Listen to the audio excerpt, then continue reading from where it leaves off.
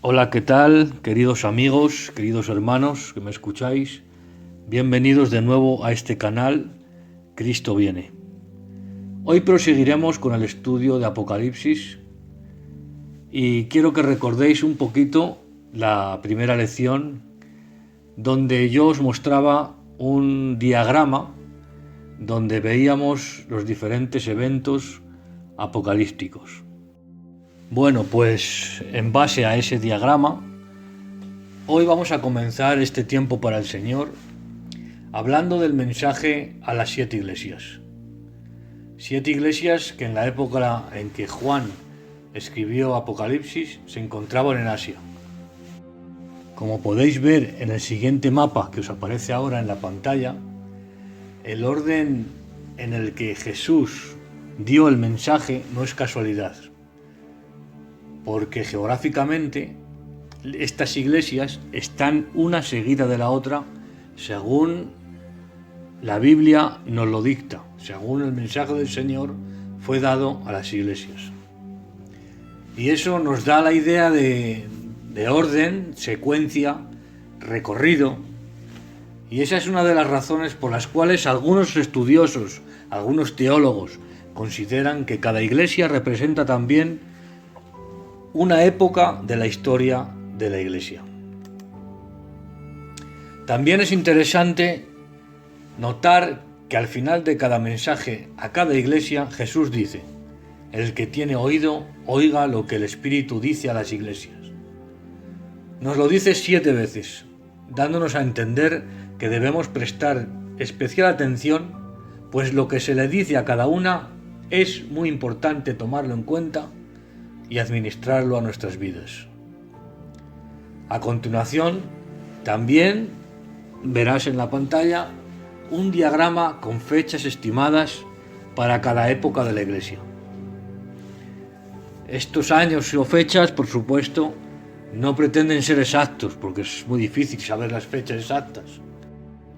Pero mi finalidad y mi propósito es mostrar que sí, que se haya una coincidencia entre lo que se le dice a estas iglesias y lo que ha ocurrido hasta ahora en la historia de nuestra era. Podemos ver en este pequeño diagrama cómo dividimos un espacio-tiempo entre una iglesia a otra. Éfeso empezaría después de la ascensión de nuestro Señor Jesucristo a los cielos y terminaría en el año 60 después de Cristo. Después comenzaría Esmirna hasta el año 313 después de Cristo. Después Pérgamo hasta el año 476 después de Cristo. Tiatira, en este caso, es el que tiene el espacio-tiempo más grande, llegando hasta el año 1517 después de Cristo.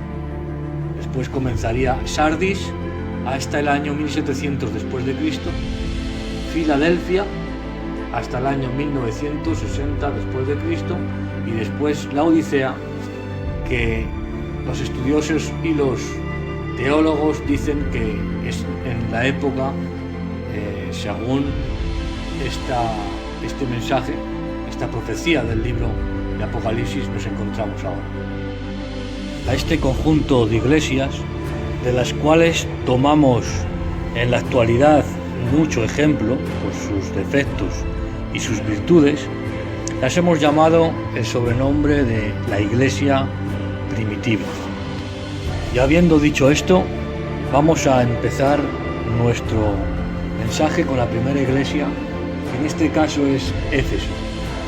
Y vamos a ir a la palabra en el libro del Apocalipsis, capítulo 2, versículo del 1 al 7, donde dice la palabra: yo conozco tus obras y tu arduo trabajo y paciencia, y que no puedes soportar a los malos, y has probado a los que se dicen ser apóstoles y no lo son, y los has hallado mentirosos, y has sufrido y has tenido paciencia, y has trabajado arduamente por amor de mi nombre, y no has desmayado. Pero tengo contra ti que has dejado tu primer amor.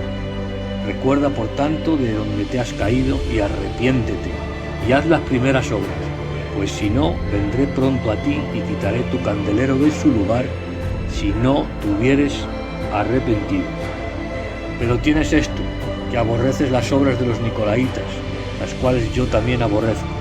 El que tiene oído, oiga lo que el Espíritu dice a las iglesias. Al que venciere, le daré a comer del árbol de la vida, el cual está en medio del paraíso de Dios. Amén. Alabado sea Dios. De este pasaje bíblico que hemos leído, vamos a marcar como texto clave el versículo 2, donde dice: yo conozco tus obras y tu arduo trabajo y paciencia, y que no puedes soportar a los malos, y has probado a los que se dicen ser apóstoles y no lo son, y los has hallado mentirosos. Si echamos un vistazo al libro de los Hechos de los Apóstoles, nos daremos cuenta del gran crecimiento que tuvo la Iglesia después de que Jesús ascendiera a los cielos. Pasaron rápidamente de ser 70 personas a ser 3.000 personas. Esto nos lo podemos ver en el libro de los Hechos, capítulo 2, versículo 41. Después pasaron rápidamente de ser 3.000 a 5.000. Capítulo 4, versículo 4. Y después, un poquito más adelante, en el versículo 32, Pablo nos habla de una gran multitud, no atreviéndose a decir ninguna cifra, porque ya eran muchísimos los que aceptaban y caminaban en el Evangelio de nuestro Señor Jesucristo. Pero Jesús reprocha una cosa a esta iglesia, y es que habían perdido su primer amor. A pesar de todo su buen trabajo, esto no fueron suficientes, porque dejaron su primer amor. Este primer amor por Jesús, que nació en su corazón desde la primera vez que creyeron. Este primer amor significa un amor que esté sobre todas las cosas, el más grande amor, más grande que el amor por nosotros mismos, más grande que el amor por nuestra familia o por nuestros amigos. A pesar de que amemos, sirvamos y demos a los otros, nuestro amor por Jesús tiene que estar por encima de todo esto. Solo así podemos amar a los demás con un amor divino. Es por esto que Jesús dijo en Lucas capítulo 14, versículo 26: si alguno viene a mí y no aborrece a su padre, a su madre y mujer e hijos, hermanos, hermanas, y aún también su propia vida, no puede ser mi discípulo. También podemos ir al libro de Romanos, capítulo 8, versículo 29, donde nos habla y nos dice que el primer amor por Cristo nos conduce a buscar el ser conforme a su imagen y a aprender a actuar y a reaccionar igual como Él lo hubiera hecho. Es así que los frutos del Espíritu se convierten en nuestra naturaleza y nosotros aprendemos amor, gozo, paz, paciencia, benignidad, bondad, fe, mansedumbre y templanza. Gloria al Señor. Entonces nuestras acciones son una bendición y ejemplo, y podemos mostrar a la gente el amor divino. Cuando Jesús es nuestra primer prioridad, la relación puede florecer porque todo lo que hacemos es libre de la persuasión del pecado y el egoísmo. Primero nuestra relación con el Padre y el Hijo, y después también nuestras relaciones terrenales. Vamos a avanzar y vamos a ver el mensaje a la iglesia de Esmirna. Y para ello vamos a ir a la palabra, al libro de Apocalipsis, capítulo 2, versículo 8 hasta el 11. Y dice así: y escribe el ángel de la iglesia en Esmirna, el primero y el postrero, el que estuvo muerto y vivió, dice esto: yo conozco tus obras y tu tribulación, y tu pobreza, pero tú eres rico, y la blasfemia de los que se dicen ser judíos y no lo son, sino sinagoga de Satanás. No temas en nada lo que vas a padecer. He aquí, el diablo echará a algunos de vosotros en la cárcel, para que seáis probados y tendréis tribulación por 10 días. Sé fiel hasta la muerte, y yo te daré la corona de la vida. El que tiene oído, oiga lo que el Espíritu dice a las iglesias. El que venciere no sufrirá daño de la segunda muerte. Aquí nos habla de la iglesia perseguida. Y como versículo clave vamos a marcar el versículo 10, donde hemos leído: no temas en nada lo que vas a padecer. He aquí, el diablo echará a algunos de vosotros en la cárcel para que seáis probados y tendréis tribulación por 10 días. Sé fiel hasta la muerte y yo te daré la corona de la vida. Gloria al Señor. Hubo 10 grandes persecuciones romanas contra el cristianismo, denominadas generalmente con el nombre de los emperadores que las decretaron: Nerón, Domiciano, Trajano, Marco Aurelio, Septimio Severo, Decio, Valeriano, Aureliano, Maximiano y Diocleciano. De este periodo se tienen muchas historias de los santos mártires que fueron atormentados de muchas maneras por no negar su fe. La forma favorita de los romanos era verlos morir en el Coliseo.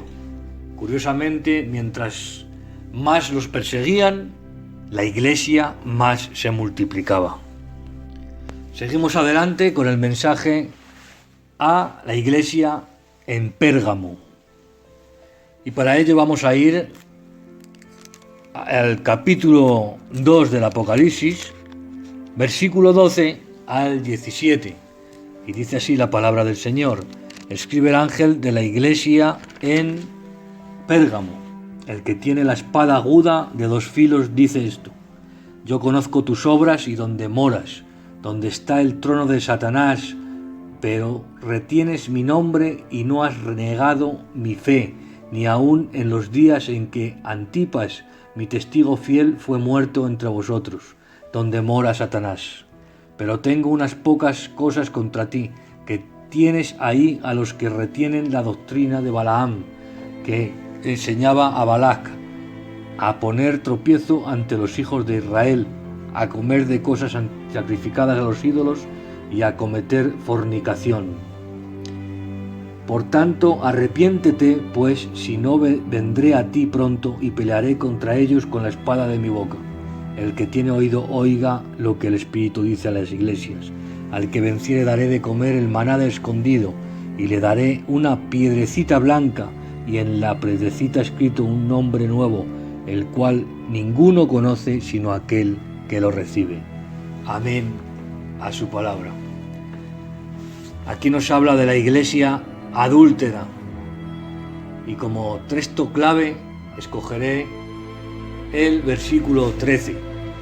Yo conozco tus obras y donde moras, donde está el trono de Satanás, pero retienes mi nombre y no has negado mi fe, ni aun en los días en que Antipas, mi testigo fiel, fue muerto entre vosotros, donde mora Satanás. Antipas, pastor de la iglesia original de Pérgamo, lo martirizaron al negarse a ofrendar incienso al emperador Domiciano. Jesús se refiere al gobierno romano como el lugar donde mora Satanás. En la época correspondiente a Pérgamo aparece en la historia un emperador llamado Constantino, quien legalizó el cristianismo como religión. Había muchos intereses políticos, ya que para esa época se calcula que habían ya más de 6 millones de cristianos.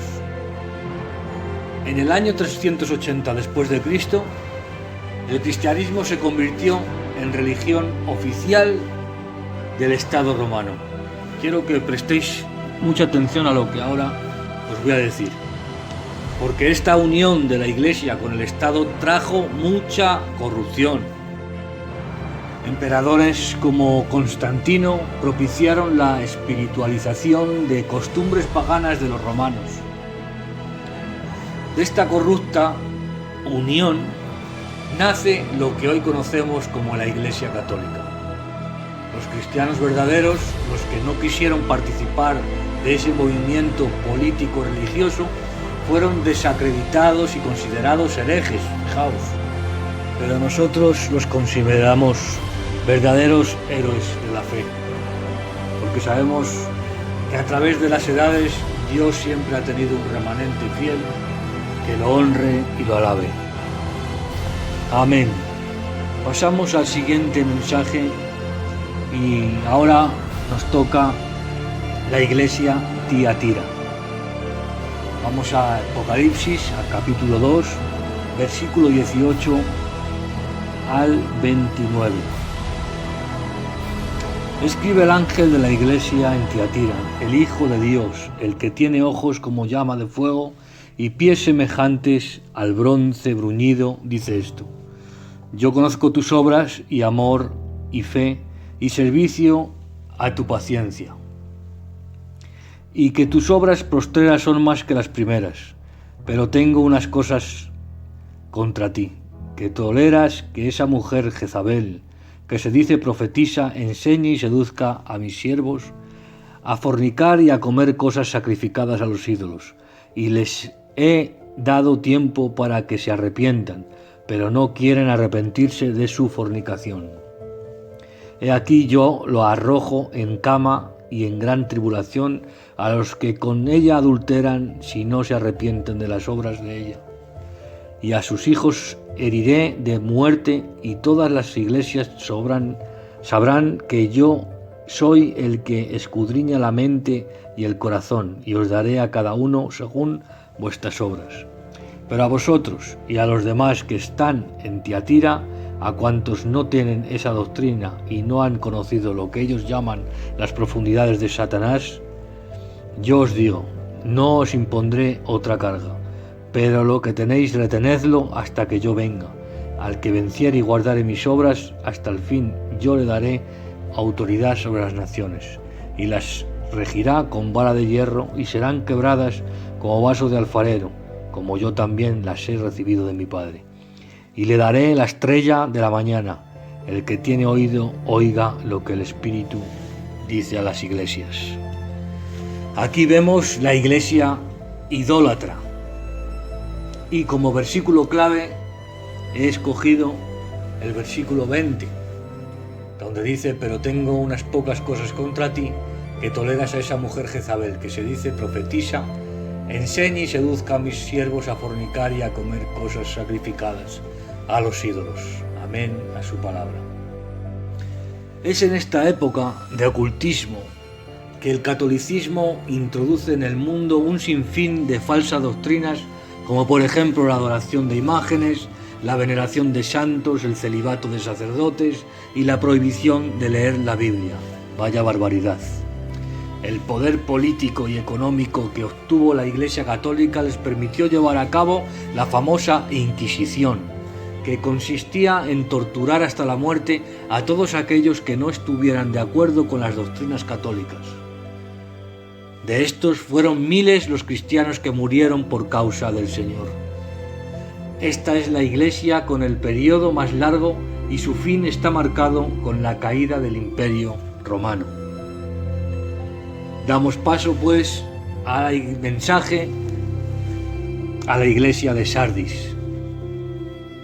Apocalipsis capítulo 3, versículo 1 al 6. Dice la palabra del Señor: escribe el ángel de la iglesia en Sardis, el que tiene las 7 espíritus de Dios y las 7 estrellas, dice esto: yo conozco tus obras, que tienes nombre de que vives y estás muerto. Sé vigilante y afirma las otras cosas que están para morir, porque no he hallado tus obras perfectas delante de Dios. Acuérdate, pues, de lo que has recibido y oído, y guárdalo y arrepiéntete, pues si no velas, vendré sobre ti como ladrón, y no sabrás a qué hora vendré sobre ti. Pero tienes unas pocas personas en Sardis que no han manchado sus vestiduras y andarán conmigo en vestiduras blancas, porque son dignas. El que venciere será vestido de vestiduras blancas, y no borraré su nombre del libro de la vida, y confesaré su nombre delante de mi Padre y delante de sus ángeles. El que tiene oído, oiga lo que el Espíritu dice a las iglesias. Amén. Gloria al Señor. Hablamos de la iglesia a punto de morir.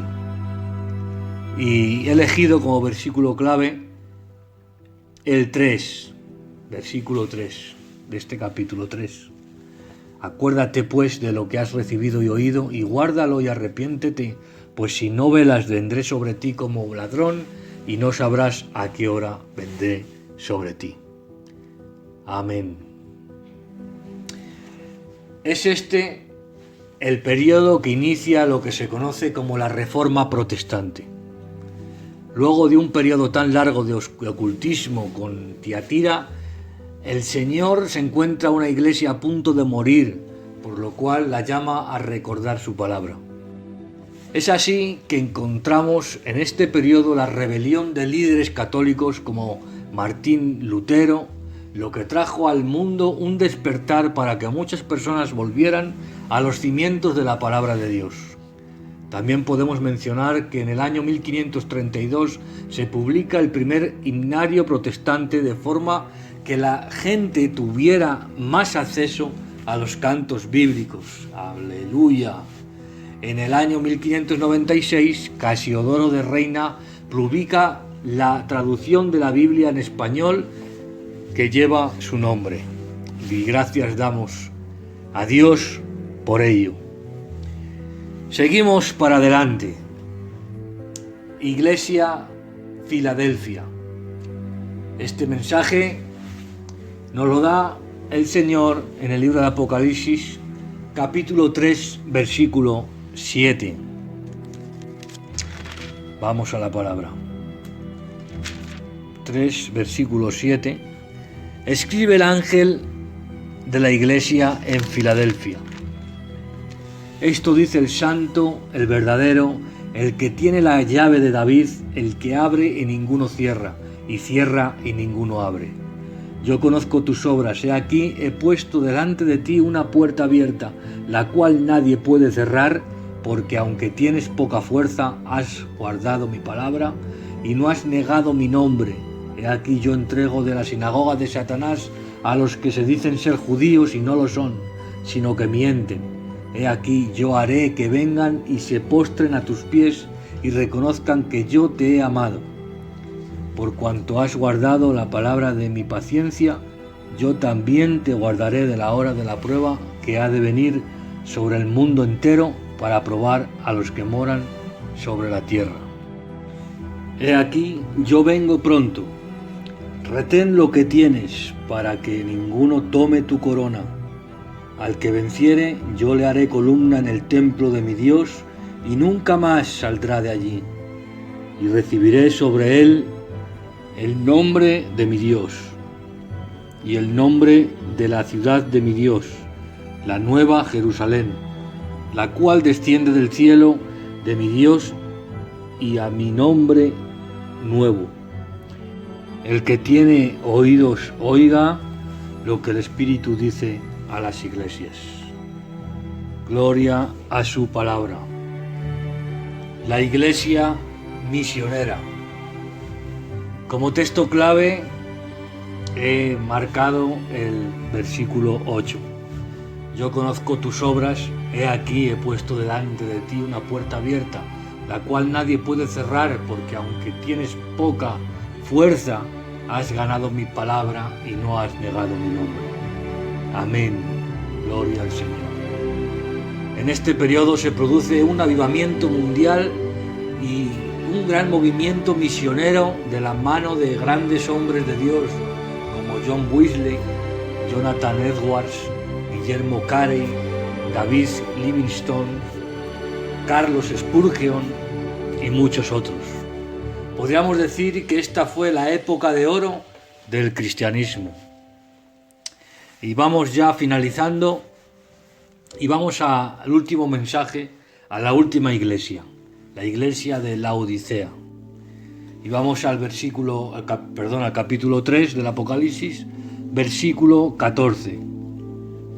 Y dice la iglesia de la Odisea. Y escribe al ángel de la iglesia en la Odisea, he aquí el Amén, el testigo fiel y el verdadero, el principio de la creación de Dios. Dice esto: yo conozco tus obras, que ni eres frío ni caliente. Ojalá fueses frío o caliente, pero por cuanto eres tibio y no frío ni caliente, te vomitaré de mi boca. Porque tú dices, yo soy rico y me he enriquecido, y de ninguna cosa tengo necesidad. Y no sabes que tú eres un desventurado, miserable, pobre, ciego y desnudo. Por tanto, yo te aconsejo que de mí compres oro refinado en fuego, para que seas rico, y vestiduras blancas para vestirte, y que no se descubra la vergüenza de tu desnudez, y unge tus ojos con colirio, para que veas. Yo reprendo y castigo a todos los que amo. Sé pues celoso y arrepiéntete. He aquí yo estoy a la puerta y llamo. Si alguno oye mi voz y abre la puerta, entraré a él y cenaré con él y él conmigo. Al que venciere le daré que se siente conmigo en mi trono, así como yo he vencido y que me he sentado con mi Padre en el trono. El que tiene oído, oiga lo que el Espíritu dice a las iglesias. Amén a su palabra. La iglesia mundana es el título. Y he escogido como texto clave dos versículos del 15 al 16. Yo conozco tus obras, que ni eres frío ni caliente. Ojalá fueres frío o caliente, pero por cuanto eres tibio y no frío ni caliente, te vomitaré de mi boca, dice el Señor. Aleluya. Una iglesia materialista, pero a la vez religiosa. Una iglesia con muchos recursos, pero con muy poca santidad. Una iglesia con excelentes programas y actividades, pero con escasa visión misionera. La década de 1960 marca un antes y un después en la historia humana, con movimientos de rebeldía de diferentes grupos en cuanto a la música, las drogas y el libertinaje sexual. Esa serie de cambios culturales surgieron al mismo tiempo que inventos como la radio, la televisión y más tarde el Internet empezaron a tener su auge. Lamentablemente, las iglesias en general se han adaptado al sistema mundano y no han permanecido fieles al Señor. El cristianismo de hoy es netamente religioso. La gran mayoría de cristianos se conforman con ir el domingo a la iglesia y entre semana viven vidas que no honran ni glorifican al Señor. Gloria a Dios. En este pequeño estudio del mensaje a las 7 iglesias, que no he entrado en detalles porque si no nos extenderíamos muchísimo más y no quiero ser canso, pero podemos sacar una conclusión. Es claro, con base en lo anteriormente expuesto, que estamos en los últimos días. Tenemos que estar listos porque Cristo viene pronto, viene por su iglesia, por esa iglesia sin tacha, sin mancha, sin arruga, en cualquier momento, en un abrir y cerrar de ojos. Por eso yo te animo a estar alerta, velando, porque no sabemos en qué momento vendrá el esposo. Hasta aquí este mensaje, gracias por escucharme. Y en nuestra próxima lección hablaremos precisamente de ese inminente y esperado evento, conocido como el rapto o arrebatamiento. Que Dios os bendiga grandemente.